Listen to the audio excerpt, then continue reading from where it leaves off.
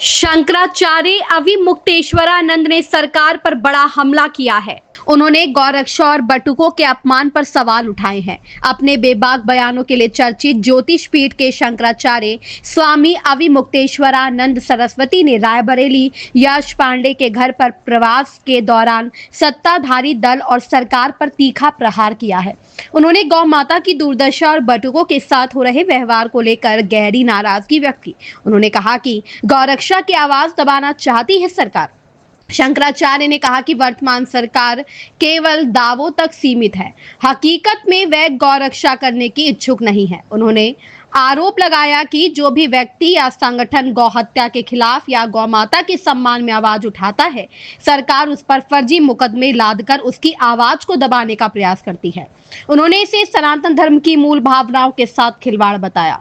बटुकों के अपमान का मुद्दा उठाते हुए शंकराचार्य ने भाजपा को आड़े हाथों लिया। उन्होंने कहा कि खुद को हिंदू पार्टी कहने वाली भाजपा के राज में बटुकों का अपमान हो रहा है, लेकिन अभी तक दोषियों पर कोई प्रभावी कार्रवाई नहीं की गई। जो बटुकों का अपमान करेगा उसे प्रकृति और धर्मदंड से सजा मिलकर रहेगी।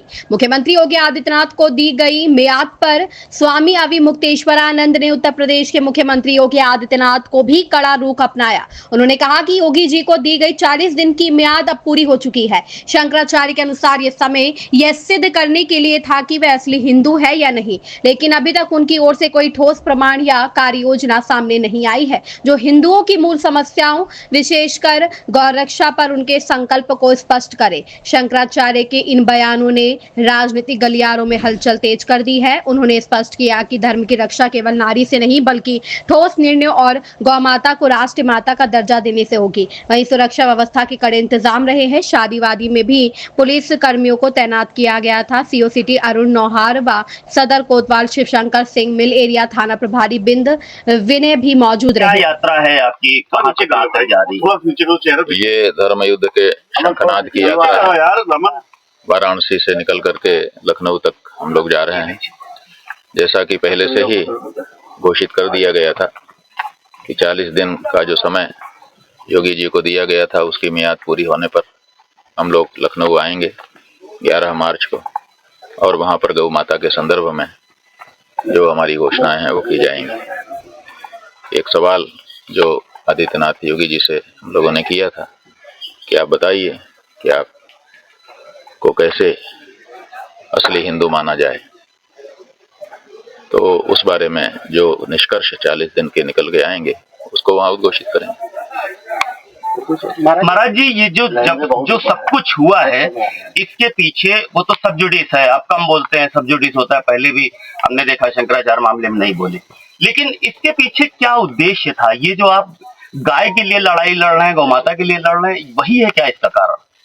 ऐसा है कि देश की बहुसंख्य जनता ये चाहती है कि गौ को माता का दर्जा दिया जाए, पशु सूची से हटाया जाए और उनकी हत्या को अपराध घोषित किया जाए। लेकिन देश की बहुसंख्यक जनता से वोट लेकर के बनने वाली सरकारें इस बात को कभी भी करना नहीं चाहती थी। जो वर्तमान की सरकारें हैं उन्होंने भी हम सबका वोट लिया, ये कह करके लिया कि हमें वोट दीजिए, बाकी पार्टियों ने नहीं किया। हम गौ माता की रक्षा का कानून ले के आएंगे और हम गौ माता को सम्मान देंगे। लेकिन इनके राज में भी गौ माता की हालत खराब है। बीफ एक्सपोर्ट धड़ल्ले से जारी है और यहाँ तक कि पिछली सरकारों को भी इन्होंने बहुत पीछे छोड़ दिया है। ऐसी स्थिति में पूरे देश की जो गौभक्त जनता है वो सरकारों से मांग कर रही है कि बहुत हो चुका, 78 साल का समय आपने अभी करते हैं कह करके बिता दिया। अब हम देरी इसमें नहीं चाहते हैं, आपको निर्णय लेना चाहिए। तो ये चाहते हैं कि ये ना करना पड़े, इसलिए इस बारे में जो आवाज़ उठा रहा है उसकी आवाज़ को बंद कर दो, धमका दो, चमका दो, मुकदमे लाद दो, आदि आदि जो भी करना हो कर दो, लेकिन इसकी आवाज़ को चुप करो। लेकिन ये आवाज़ किसी एक व्यक्ति की आवाज़ थोड़े है, ये तो इस देश की संस्कृति सभ्यता की आवाज़ है, इस देश के बहुसंख्यक लोगों की आवाज़ है। इसको आप किसी एक व्यक्ति के ऊपर, 2 व्यक्तियों के ऊपर या कुछ व्यक्तियों के ऊपर मुकदमे लाद करके या लांछित करके थोड़े बंद कर सकते हैं। अच्छा महाराज जी, जिस तरह से देखा जाए बटुकों का अपमान हुआ, उसके बाद इंडायरेक्टली तरीके से दोनों डिप्टी सीएम समर्थन में आए, डिप्टी सीएम ब्रजेश पाठक ने अपने घर पे बटुकों का सम्मान किया और मीडिया पे बात करते हुए कहा बटुकों का अपमान जो करेगा उसको जो सजा मिलेगी। क्या लग रहा है आपको, उसको किस तरह देख रहे हैं?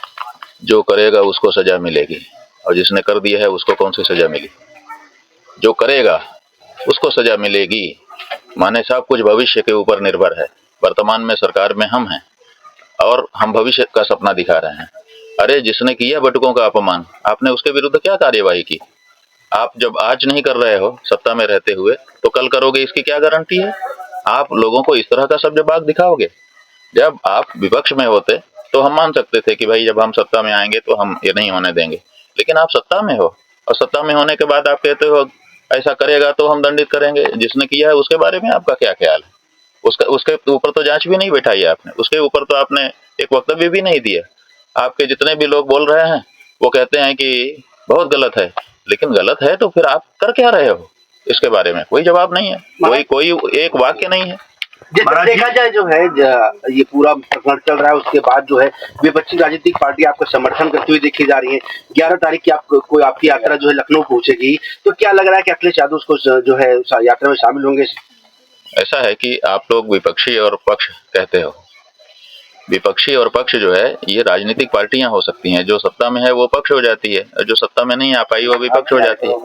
हम तो एक हिंदू हैं। एक हिंदू के लिए कौन पक्ष है कौन विपक्ष है? जो हमारी पीड़ा में हमारे साथ खड़ा हो वही हमारा पक्ष है। जो हमारे साथ पीड़ा में हमारी खड़ा नहीं हो सकता बल्कि जो पीड़ा देने का कारण है वो विपक्ष है, तो हमारे लिए तो वही पक्ष हो सकता था। सवाल ये है, सवाल जो आप लोग पूछ रहे हैं वो है ही नहीं है कि ये आ रहे हैं आपके साथ वो आ रहे हैं। सवाल ये है कि बीजेपी क्यों नहीं आ रही है? वो तो अपने आप को हिंदू पार्टी कहती है। क्या उसको चोटी उखाड़े जाने का, बटुकों को पीटे जाने का, सनातन धर्म के प्रतीकों का अपमान किए जाने का कोई दुख नहीं है? क्यों वो खड़ी नहीं हो रही है? और इसी से पता चल रहा है कि कहने के लिए भले वो हिंदू हैं, लेकिन जब हिंदुओं के ऊपर अत्याचार हो रहा है तो उसके करने वाले भी वही सिद्ध होते हैं और उस पर चुप्पी लगाने वाले भी वही सिद्ध होते हैं। महाराज जी, ये जो कुछ पूरा प्रकरण हुआ वो किसी अभिमुक्तेश्वरानंद जी महाराज पे नहीं हुआ बल्कि एक संस्था पर हुआ है। तो ये सनातनियों का ये विश्वास जो डगमगाया है वो कैसे वापस आएगा? ऐसा है कि यहाँ किसी व्यक्ति की बात है ही नहीं। ये जो बात हम कह रहे हैं गौ माता की, ये हमारे हृदय की भी बात है, लेकिन हृदय की ही बात नहीं है, ये पूरे सनातनियों का स्वर है। सनातनियों के स्वर के ऊपर डंडा चलाया गया है।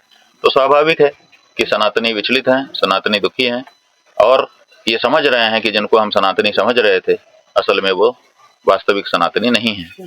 और यही बात हमने पूछी कि भाई 40 दिन में बता दो, अगर आप सच्चे सनातनी हो बता दो। क्या बताने के लिए तो एक दिन में बता सकते थे, लेकिन हमने 40 दिन का समय उनको क्यों दिया कि अगर वो सुधार चाहें तो सुधार करके आ जाएं, गलती हो गई उसको पीछे छोड़ें।